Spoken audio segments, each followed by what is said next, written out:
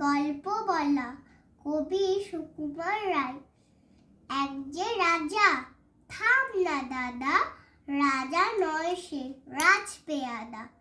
তার যে মাতুল, মাতুল কিসে সবাই জানে, সে তার পিসে।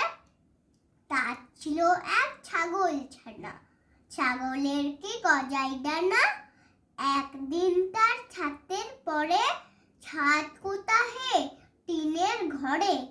বাগানের এক উড়ে মালি, মালি নয় তো মেহের আলি। মনের সাথে গাইছে বেহাগ, বেহাগ তো নয় বসন্ত রাগ।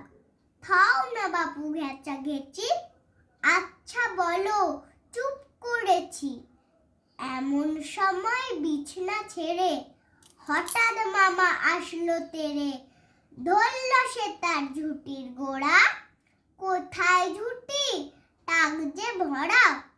হোক না টেকু তোর তাতে কি, লক্ষ্মী ছাড়ে মুখু ঢেকি। ধরবো ঠেসে টুটির পরে, পিটবো তোমার মুন্ডু ধরে।